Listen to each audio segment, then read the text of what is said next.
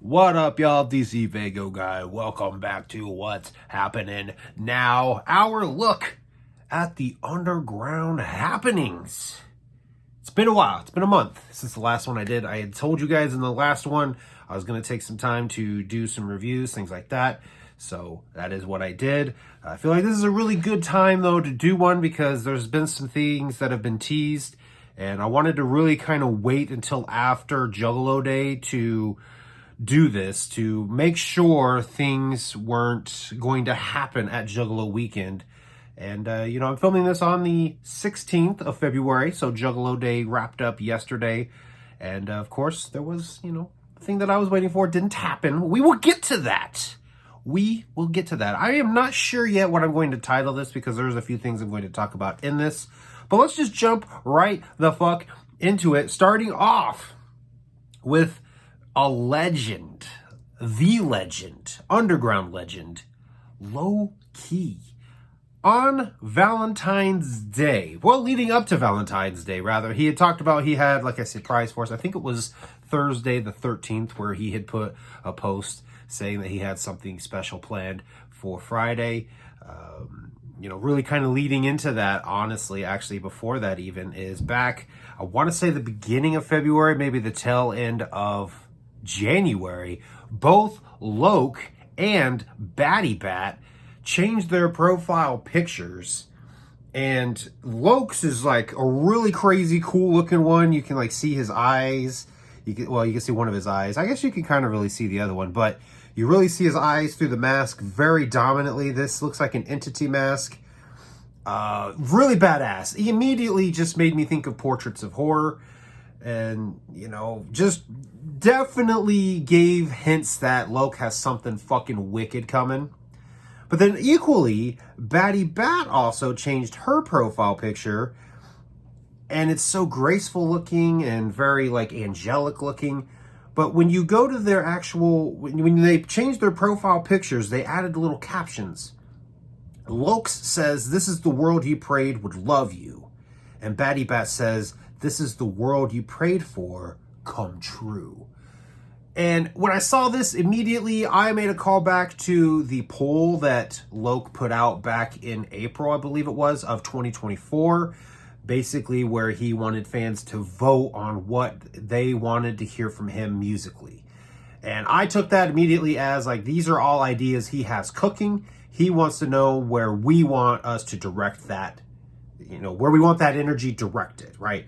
So for me, it was everything on this poll is something that's either in the works or it's in the early concepts of. Now, that poll, we had The Feeding of Neculi and Love, which was supposed to be a horrorcore rap album, basically tied.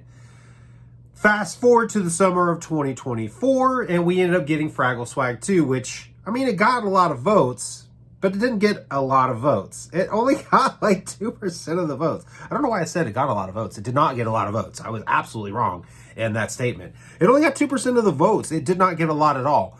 And we got Fraggle Swag 2 last summer. So complete rope-a-dope, curveball, left hook, hit us, and that was completely out of nowhere. And when that happened, I immediately was like, okay, that confirms for me my suspicion that these are all things that he's either got in development or concepts for, or something. It's on his mind to work on these albums. Mission Infect had the big draft back in September. We've got a new Mission Infect album that's in the works. So things got quiet there for a while with Loke directly until Valentine's Day. The big announcement was, and I love the way that he worded this. The email that was sent out was, "Will you, ... You open it up, you get this Valentine's Day card, graphic, "Be mine. Will you be mine?" It says, "To the underground from Low Key." Down in the corner says, "My new album, Love," with a release date of March 1st, 2025. Now, if I was a betting man, this is not the album I would have expected that was coming from him. Granted, again, it basically had won the poll. So it makes sense that this is what's coming next. But if I was a betting man, just based on those profile pictures that Loke and Batty Bat posted, and in fact, I went and started commenting this on some of their posts, one of the other albums on that poll that they were teasing or that they were having voted for was something called Unharmony. It's Low-Key and Batty Bat basically doing an album together, which is something I'm super excited for. If you go clear back to my reaction to Batty Bat's song, The Serpent's Eyes, I had actually talked in there, I believe, about wanting them to do like a duet style album where it's them together. So Unharmony was one that I was like, ooh, I want to know what they will do with that. Will it be something metal? Will it be something more melodic? So immediately that was something that really stood out to me. And when they posted these profile pictures, if I was a betting man, I would have bet that was the next album we were going to get from Low-Key and Batty Bat. So now my mind is wondering, obviously, again, Loke's picture looks very wicked. It looks dark. It's red. He's got that fucking hood up. It's very dark looking, right? So it makes me now wonder, is that them still teasing Unharmony? Like, are they thinking that far ahead that they're teasing Unharmony? Love's going to come out, and then maybe a few months after that or later in the year, we're going to get Unharmony. But it also has me wondering on the same hand, when you look at what Love is supposed to be, like the title suggests that it's not going to be something wicked, but he has it labeled as a horrorcore rap album. So now I'm wondering, is Love going to feature Batty Bat very heavily? Whether it be, you know, the screams that she does, whether it be the melodic singing that she does, which they both can sing very beautifully. I think that they're both amazing and talented as far as that goes. They can both sing very well. It has me wondering, like, what role will she play, if any, in the Love album? Or equally, is Love and is Unharmony kind of like a double album? There's really not much to connect them at all. But looking at, again, the caption that Loke put for his profile picture, this is the world you prayed would love you. So Love, like, can you, like, some of the things he's been teasing is, can you feel the love? So it makes me really kind of think that his profile picture definitely is starting to lean and connect more to the Love album. But the more that I look and think about Batty Bats, this is a world you prayed for come true. So is Unharmony supposed to be like a follow-up where it's like, see, and I don't know, because the word Unharmony is totally like, makes me think, like, when I hear it, I think of harmony, but it's Unharmony. I don't know. I don't know. My brain's going crazy, and I decided, like, I wanted to just fully talk about all of the ideas that I'm having with this. I don't know if I'm even close. I don't know anything that, I don't know if I'm anywhere close to what this could be. But it definitely has me super fucking excited. My expectations for 2025, I told you guys, I was expecting some shit from Low-Key, and, you know, it's happening, and it's happening quick. March 1st, we're getting the first Low-Key album of the year. I say the first because I feel like we'll definitely get more, because I know some time ago he was teasing working on the feeding of Neculi. I think I had mentioned that in my expectations of 2025 video as well. So, like, and it won, like, it was pretty much tied with Love. So this really has me wondering, how much has he been working on Love, and how much has he been working on the feeding of Neculi, and how much of both of them is, like, obviously Love is done, it's coming out. But it makes me wonder just how much of the feeding of Neculi is done. Like, there's so many potential dope albums that he's going to put out this year. But definitely, like, he's working on some shit. And he's just going to fucking kill it, I believe, wholeheartedly, this year, next year, the year after. Loke is just going to be a fucking storm of great fucking music. So if I've said it a few times, I'm going to say it again. I'm going to keep on saying it. If you are not fucking with Low-Key, you are fucking up. Talented individual in the underground. It's definitely somebody you should not be sleeping on. So Loke's got Love coming out March 1st. Super fucking excited. No idea what to expect. Like I said, if you're not fucking with Low-Key, definitely get hip to him. There's albums out there that he's got a very sparse discography. He's got rap, he's got horrorcore, he's got rock. You know, he's got, like I said, 2 whole albums where he does cover songs, and he does beautifully with them.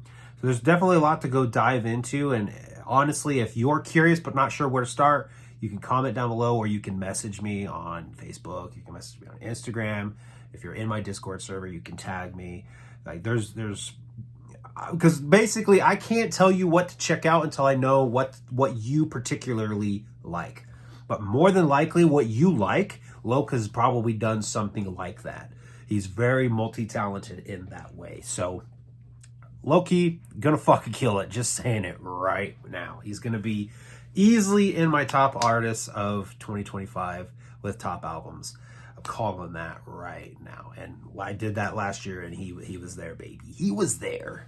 So moving right along, gonna kind of just some little announcements that came out. You know, primarily everything from this point forward is going to be talking about ICP. So one thing that I want to talk about that I had seen put out, I don't remember when these things were posted. Just basically as they get posted, I save the picture. But anyway, it was teased that Violent J is going to be putting out a new book called Unaccepted. Finally, the complete never before told history of Insane Clown Posse's adventures in professional wrestling. Nothing is left out of this collection of incredibly in-depth exploration. Come back to their time backyard wrestling as kids, their time on the independent. Okay, I'm not going to read the whole thing because it's kind of squished and I'm struggling to read it. But basically, you've got like a behind the paint style book, but it's going to be catered and directed primarily towards the wrestling world. This is honestly kind of exciting. Not so much for me. I'm not a big wrestling fan. I've talked about that a few times before. It's just not like something I really got into. My few years that I lived in New Zealand, there wasn't a whole lot of things to watch, and wrestling was one thing that I watched. And that basically, once we got back stateside, I stopped watching it. So wrestling was just never really my thing. But I do think this is really kind of cool, and it really kind of, I think, helps get the ball rolling for. They're supposed to be doing another Behind the Paint. I don't even remember the last time that was teased. I feel like 2011 sometime is when they originally had teased another Decade Down, I think it was called, is what they were going to call like the part 2 or volume 2 of Behind the Paint. So, you know, there was a seminar where I remember Jay saying that they weren't going to do that because things are still happening. And he was primarily talking about like with the FBI. There was shit happening with the FBI and the gang label, stuff like that. That is why that they pushed that book back. But I feel like finish the second hand of Joker cards and then work on that next book. That to me feels like a very appropriate time to do it. There's just so much shit that has happened from 2003 until now. It's literally been 20 years. Behind the Paint covered a 10-year... Well, I mean, it covered a 10-year career, but it also covered their childhood. So I guess in all fairness, you know, waiting until after the next Joker card comes out, it really does feel like a good time to work on a book and really dive into everything that happened. And I mean, dive into everything. Dive into the shit with Young Wicked, dive into the shit with Twisted, just really go into it. And honestly, I would like to see when they do this, I would like to see them do it in an audiobook format. So yeah, Unaccepted coming out. It says it's coming summer of 2025, but like anything with ICP, take any announcement with a grain of salt, because I mean, there is, with any artist, I should say, with any artist that announces something, there can be delays until you have a definitive release date, a definitive pre-order, and you know, shit like that. Don't expect anything on that specified date until it comes, you know, until you really see like that it's happening, right? But this has been teased, Unaccepted, a book all about wrestling, if you like wrestling. So moving right on to the next announcement that they had posted, the ICP web store. Everything you ever dreamed of and shitloads more, even your dreams couldn't produce, at the incredible all-new ICP web store. Now, I do remember this first popped up in the DCG Con program. They made it available digitally for people to go through and look at it.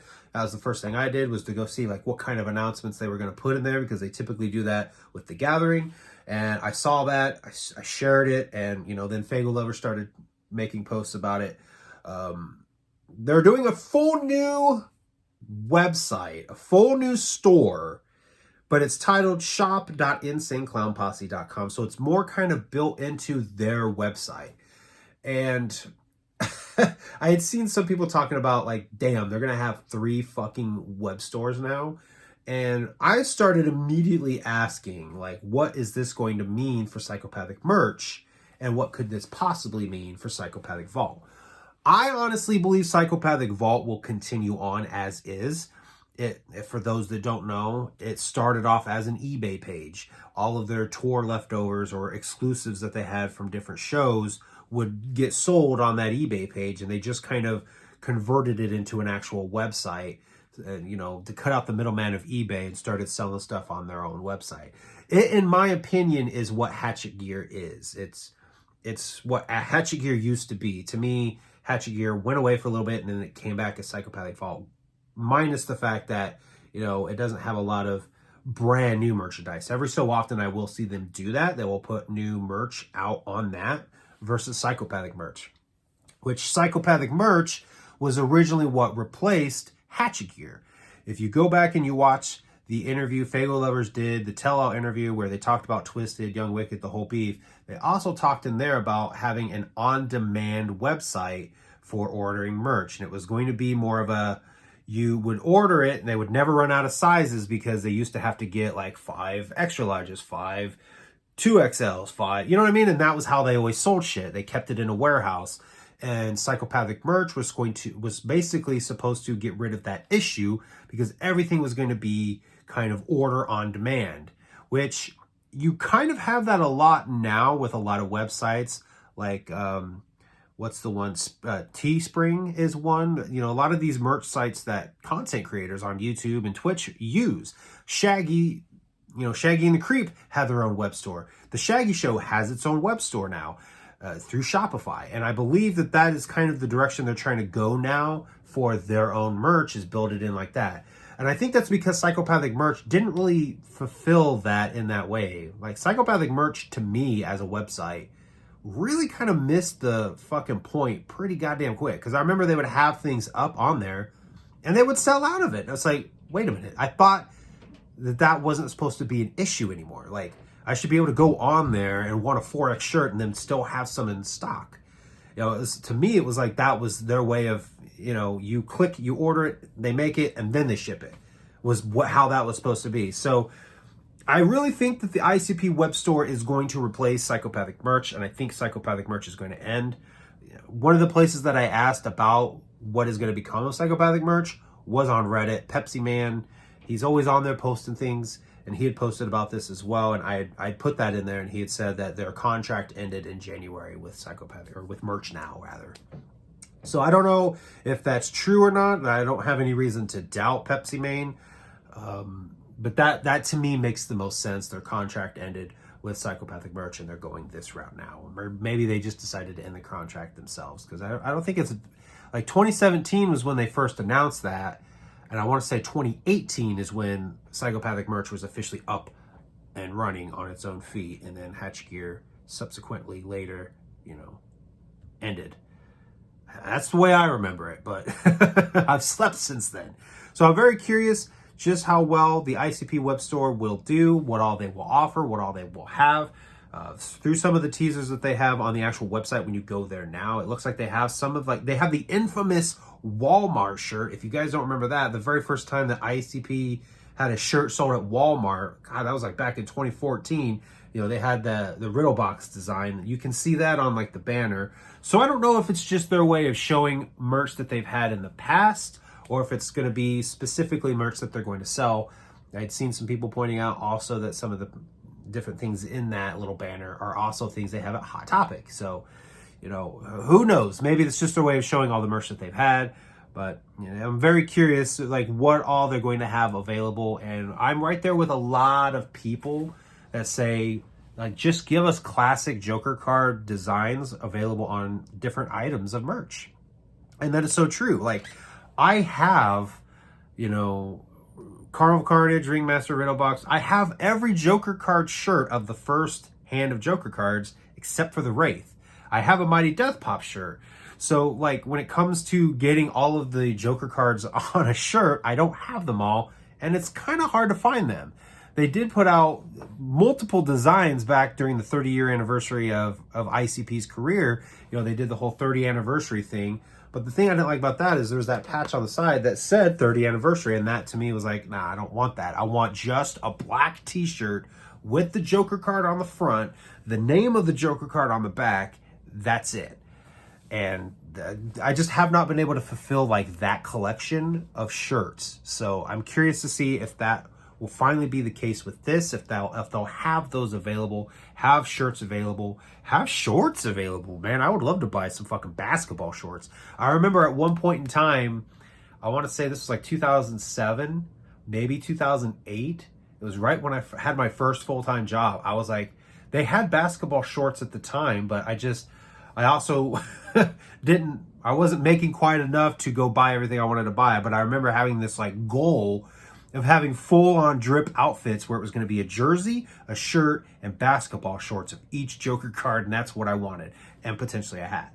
I've kind of fulfilled that in a way. I have like a lot of sock hats that have all the Joker cards. Again, minus the Wraith. I don't know why the Wraith is why the Wraith has been such a difficult one for me to find. I think it's because I get super picky about if it's the one where it's like cut off like this and then it's just him with his hand. Like, I want it to be the full thing. I want the little book swan at the bottom. I want the full image of the Wraith. And maybe that's why I don't have a lot of Wraith merch, is because of that. But I'm actually really excited to see what all they will have available on this web store. Again, I'm filming this on the 16th.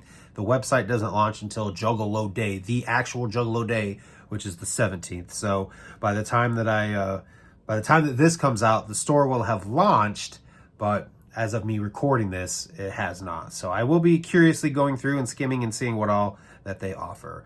And so moving right along, available at Juggalo Weekend. I have not seen any pictures that anyone has posted of them getting it. I have not seen any pictures of how much it costs. I haven't seen anything as of me recording this. I did kind of ask around one of the Discord servers that I'm in if it did indeed actually come out, and somebody, I think that they attended Juggalo Weekend, had said that they did have it there, duffel bag and all. But finally, almost 2 years later, the very next day in the Walking Home series is finally out. Walking Home Wednesday, available at Juggalo Weekend. It's been a long fucking week. There's so many jokes everybody is saying about this. It's taken him a long way to get home. He's taken the long way, shit like that. I mean, at this point, and I'm going to be blunt, honest with you guys, my interest in Walking Home is just gone. I'm pretty much waiting for the full album to drop to even listen to it. I've listened to Walking Home Monday one time. I've not listened to Tuesday yet, and I don't plan on listening to Wednesday I'm not going to listen to these until the full thing comes out. And it's just taking so goddamn long that it's honestly, I've honestly been very negative in the fact that I don't think it's ever going to. Like this album has been an idea since 2017. For those who don't know this, Violent J was talking about doing this album back in 2017. Again, going back to that same Faygo Lovers interview, he was asked about Karma Force, which for those who don't know was the solo album he was going to put out, originally teased in the Phantom Extra Spooky edition. There was a page where you had Fuck the Fuck Off Motherfucker and Karma Force from Violent J. So we had two solo albums that were supposed to come out from the guys, and that was first teased. I mean, the Phantom Extra Spooky Edition came out December of 2015. Now, we did get Fuck the Fuck Off Motherfucker in 2017, but Karma Forest never came out. And it was in that interview where Scotty D asked Violent J about about Karma Forest, and he had said that, I'll just play you the fucking clip. I said that I was going to do the Karma Forest record. Yes, I was going to ask you about that next. Honestly, this other fucking idea just came to me, and I want to do it first. You know what I'm saying? And it's called, it's either called An American Life or American Lives. I keep going back between the two. But anyway, it's a project that features the Hatchet family. You know what I'm saying? Like a themed record? Yeah, it's very much like I'll tell you straight up, it's very much like Wizard of the Hood, except it's reality. You know, and I know people like the fantasy stuff from us, you know what I'm saying? But this is where artistically I got this super fucking drive to do this record. You know what I'm saying? It's called In American Life or American Lives. Okay. You know, and it's reality driven. It's very cool. Very, very, very much like Wizard of the Hood, you know, in the story sense. Right. But it involves the entire Hatchet family, you know, playing different roles. Very cool. I think it's cool. So he says he was going to do Karma Forest, but had this other idea. At that time, he was calling it American Lives or American Life. He hadn't landed on a name yet. But how do I know that this is the same album that he's talking about there? Well, you hear him talk about the fact that everyone on there everyone at Psychopathic is going to play a role. That has been the case so far. There have been multiple people play different roles in the Walking Home singles. Granted, I haven't listened to Tuesday or Wednesday, but in Monday, you had different artists. I think Tiara Diaz played a role. I believe Blase Rose played a role. There was different people that played different roles in that. And back in that interview, he's talking about Wizard of the Hood and how he wanted to do another album like it. And I haven't been able to go find the clip, but I'm pretty positive either in an interview or in one of their Patreons, I remember Violent J saying that he wanted to do an album that was better than Wizard of the Hood, because that was such a classic that everyone praises and loves that he wanted to try to top it. And that was like a challenge of his. So we have two different times that he's talking about an album he wants to do, and he's directly comparing it to Wizard of the Hood. That's what makes me come to the conclusion that American Life / American Lives is what became Walking Home. I think that's where the concept shifted, and he decided to rename it. Like, the concept didn't shift, just the name shifted. I think he landed on the name Walking Home. So he's been talking about doing this album since 2017. Obviously, this idea hit him sometime in 2016. If I'm not mistaken, it was at the If We Were a Gang video shoot. I remember the homie Not Slim One saying, because he was there for the video shoot, he remembers Jay saying that he had a new album he wanted to work on called American Lives. And I remember that, and then it immediately stood out to me in the Faygo Lovers interview, because I'd seen that. I was like, oh shit. Blake was just talking about this, you know? So this is definitely a concept, an idea he's had for some time. It's just taking a long time to get there. And I'm not trying to be that negative person of like, I just don't care about it anymore. But I'm at this point where until it comes out, I'm not really paying attention to it, is where I'm at.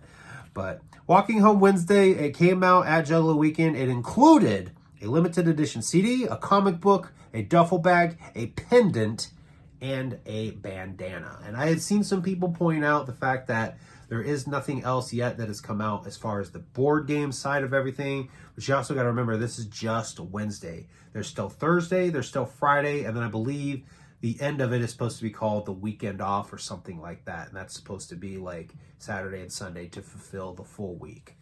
But yeah, that is everything that came with it. I'm assuming it was the same price tag. Let's see, Walking Home Monday was $117. If I remember correctly, Tuesday was like $125 to get, which is kind of why I didn't get Tuesday.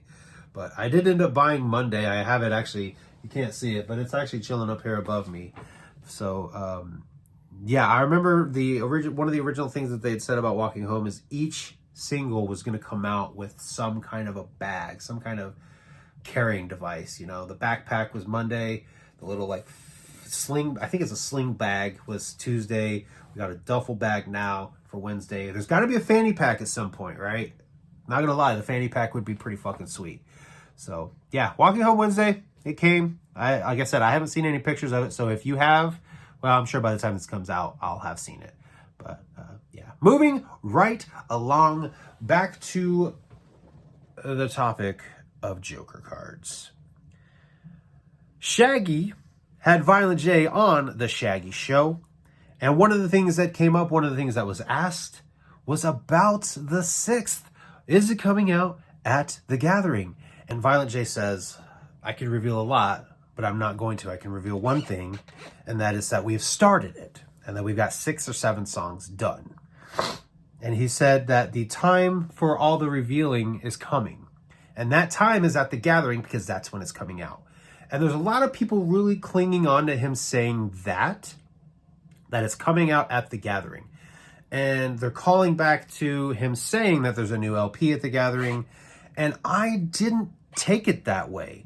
I understood it as the information about the 6th is coming at the Gathering, that they will reveal everything about it at the Gathering. And that's partially why I wanted to wait to do this video until Juggalo Weekend was over, because my big telltale was going to be if they reveal it at Juggalo Weekend, which they didn't. Either they did and nobody's talking about it, or they didn't. Safe to say that they didn't, because everybody would be talking about it if they did. So that to me tells me that I'm very firmly on where he said that all will be revealed in time. That time is at the Gathering, because that's when it's coming out. That's when the information's coming out. That's when the details, that's when everything will be revealed, is at the Gathering. Does that mean the album's coming out at the Gathering? I mean, there's that possibility that it is, but I don't see it happening. First of all, they're not done with the album. He just said they've started it. They're 6, 7 songs in. I'm going to safely assume they're going to aim for 17 tracks, especially for the 6th. They're going to go for 17, I firmly feel like. But not only that, he ends this off with saying that it will have its time, it will have its era, it will have its life. And I don't think that it's really going to properly get that if they just reveal it, announce it, and release it at the Gathering. It's not going to get that life. Typically, we get a reveal. We get a name, we get an image, and then it festers for a little bit. And then it comes out, and then we really live the life of it, right? So if they release the 6th at the Gathering without any kind of reveal, without any kind of hype or any kind of anticipation, I think it'll really severely suck, I think. Because that's one of the biggest things about it, is having that time for it to fester. Now, they did put the teaser out about the name, but we don't have anything confirmed. We don't have an image. So to me, that's just the first teaser of it. And that's what's gotten that excitement going. So I think that they'll reveal it at the Gathering, but I don't think it's coming out at the Gathering. I firmly believe that, and I firmly believe that because of what he said here. And I firmly believe that because that's just kind of the way the record that's just kind of the way that they've always done it. They announce it, they give us an image, and then we wait. So until we get that, I don't think we're going to get the album. Now, does that mean that it could come out at Hollow Wicked? Very possibly. Very likely. But I'm going to continue to say what I've been saying. If they wait and they release the 6th till 2026, it'll have been 17 years since the second hand started. They would end the second hand of Joker cards 17 years after it started. And if I know Jay, and if I know Shaggy, if I know ICP, I know that that is going to be way more symbolic. And I feel like if they've realized that yet, if they've already realized that, then that's probably their goal. If they haven't realized that yet, maybe when they do realize that, that's probably going to be the goal. To me, 2026 would actually be a perfect time to release it. And to be 1000% honest with you, I would be okay with them not revealing the name, not revealing the image until Hollow Wicked, and then us get the album at the Gathering in 2026. And the reason why I say that is because every Joker card of the second hand has been revealed at Hollow Wicked. Every one of them, minus Bang Pow Boom, because, I mean, when they put that out, I don't think, at the time of them making the album, I don't think they fully knew that they were starting the Joker cards back up. I think that was kind of they put it out, and then on that tour is when they were like, this is the start of another hand of Joker cards. So I would be okay with them waiting until Hollow Wicked to even fucking announce it, to be honest, because it would follow the trend that they've done with the second hand. But also on the same hand, because I know somebody's probably going to say it, the Gathering is also the perfect place because it is the 6th, and because it was at the Gathering in 2002 when they revealed the Wraith. So I would honestly be okay with either or. Hollow Wicked fits the theme of the second hand, but the Gathering fits the legendariness of what the 6th is. So I do firmly believe it's coming out at the Gathering, the name and the image. I don't think they may give us a release date, but again, the release date to me doesn't really hold significance until we start getting pre-orders and shit like that. Just because that's how Fearless Fred Fury went, and that's how the Yum Yum Flower went.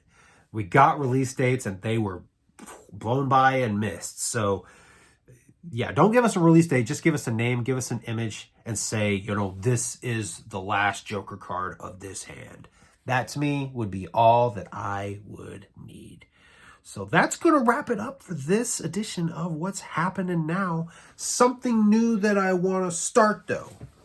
We're heading into the comments section with a new little kind of segment, if you will. You guys just heard my 2 cents on everything, which that series kind of went away. But in a way, What's Happening Now is me dropping my 2 cents on things. So let's find out what your guys' 2 cents are. So first thing and foremost, this is going to be me not covering every comment on the last video of What's Happening Now, the last episode of What's Happening Now.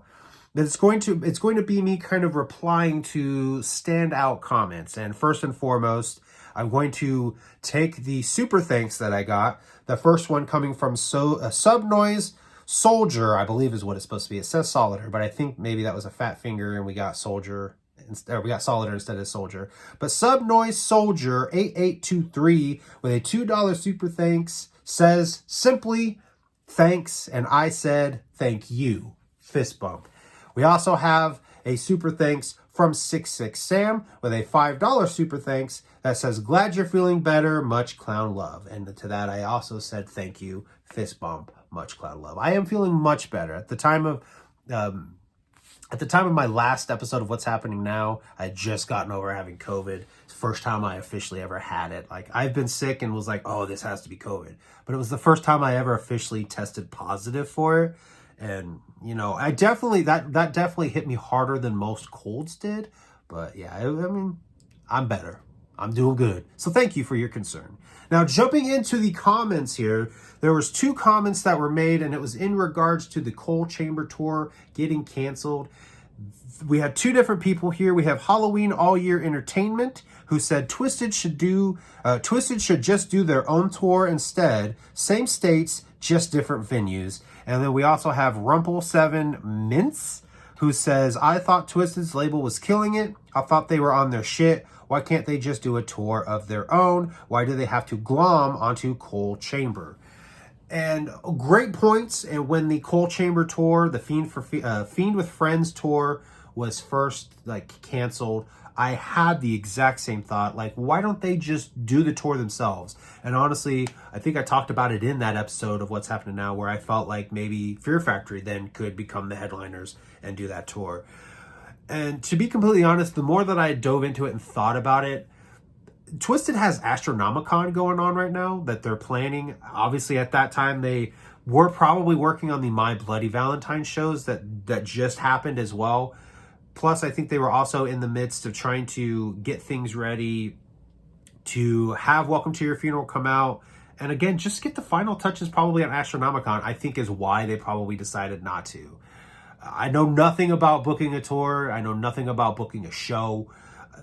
It probably would have been more work than they had time to put into it. So, I mean, it's a great idea, and I fully agree. Like, maybe they could have, should have went on their own tour, but also they have other things going on, and maybe that just wasn't something that they were going to do rather than just them jump on a tour with somebody. But, I mean, I fully feel that tour getting canceled is going to kind of affect the release of Welcome to Your Funeral, especially listening to the album. As of the time of recording this, the album is out. To me, it rocks. I've listened to it a total of 2 times. It sounds really good to me, but I'm going to fully dive into it more this week before I review it. But I think that the tour getting canceled definitely is going to affect things for them and for that CD. So, but yeah, I think they could have gone on their own tour. I just think they have so much going on right now that it just wasn't going to be able. I don't think they had enough time to do that. So, also moving on to Ivy Killa. He was commenting in a response to Twisted doing rock stuff. And he says, there is something that Twisted should realize. Metal/rock fans really, really hate rappers that try to do metal/rock and don't play instruments. They all think it's lame and lazy. So until Twisted learn to play an instrument, they will never find a metal/rock audience. Leading up to this album coming out, I had been listening to Unlikely Prescription, and actually, as of me recording this, my review for it drops tomorrow. It drops on the 17th. So by the time you're watching this, it will already be out. But in that review, I actually talk about that a little bit. I talk about the fact that I think that Twisted really kind of screwed the pooch on making a rock album and putting it out as Twisted. I think their direction should have been, and still can be if they really are serious about wanting to keep moving into that world, is to do that kind of music under a different name. I don't think calling it Twisted is the right move. I know that they've always put rock music in their albums. They've had tracks throughout their discography that are very rock riffy. But the problem is you have people that prefer the rap, that prefer the wicked shit, and they don't want to hear that from Twisted. Simultaneously, when they dip into the rock world and start getting fans from that world checking out their discography, they're going to dive into something like Man's Myth and be like, what the fuck is this? They're going to dive into something like Most Tasteless and be like, this is not what I signed up for. They're not going to fucking latch on to some of those other albums and just simply write off Twisted altogether. And maybe just like a couple of the songs from the album. I fully feel like if they wanted to do rock music, they should have done it under a different name. And to Ivy Killa's point, do I think that they should play instruments? I mean, it probably wouldn't hurt to learn, at the very least, guitar. But I don't think that it's totally necessary for someone in a rock band to be able to play an instrument. I think that, and this isn't something that I talked about in my review for Unlikely Prescription, but it's something I'm going to say here. I also kind of think, and I've seen people talk about this when they were listening to Welcome to Your Funeral, that they felt like they heard Madrox more than Monoxide on Welcome to Your Funeral. And honestly, I liked that. And I liked that because I know Madrox is more of a metalhead than Monoxide is. So when I would hear him, it always felt more fitting for him. And not only that, but Monoxide, like, while he can scream at times, I just feel like it's always sounded better coming from Madrox. And that's just my perspective. That's just how I feel about it. I feel like hearing Madrox sing or do screams, it feels more comfortable. And I think it's because he's always kind of played with his vocals in that way. And I know Monoxide has too, but I feel like Madrox has done it more, and he's done it on a higher level. And I think it's just from him straight up being more of a metal fan or more of a rock fan rather even than Monoxide is. And that is not something that's a secret. Like, they've talked about that, how Madrox, like, when they were doing the early House of Crazy shit, like, Madrox was always the one bringing in some of the rock elements even to House of Crazies. So it just, to me, it always felt like it was more in Madrox's realm for him to do that kind of music. So I also kind of feel like they could have had Madrox just really kind of take up that mantle and let him kind of lead the road with their rock stuff. You know, I know at one point they had Draven and he was like their drummer. So I feel like what they should have done is Madrox the singer, Draven's the drummer, find one or two guys that can play guitars, and maybe just have Monoxide kind of there as backup vocals. Because I know sometimes rock bands have two vocalists and one's like a backup vocalist. I think that there's just different ways they could have went as far as doing rock music goes. So, like, I don't know. And like I said, there's still, I feel potential for them to do that if that's something they want to continue to do. I think a lot of the success or lack thereof success with Welcome to Your Funeral may determine the fate of whether they do more rock music. But I've always enjoyed it when I've enjoyed Unlikely Prescription, and I've enjoyed Welcome to Your Funeral because it's something different from them. It's not my go-to when I want to listen to something Twisted, but I do think that they do it well enough that I've enjoyed it. So, but yeah, that was the collection plate. That was the My Two Cents of the comment section. So make sure you leave a very thoughtful comment down below, and just maybe, I'll grab your 2 cents out on the next one and we'll talk about it. So tell me down below what you guys think about what's happening now. I thank you guys for watching, and I will see you guys next time.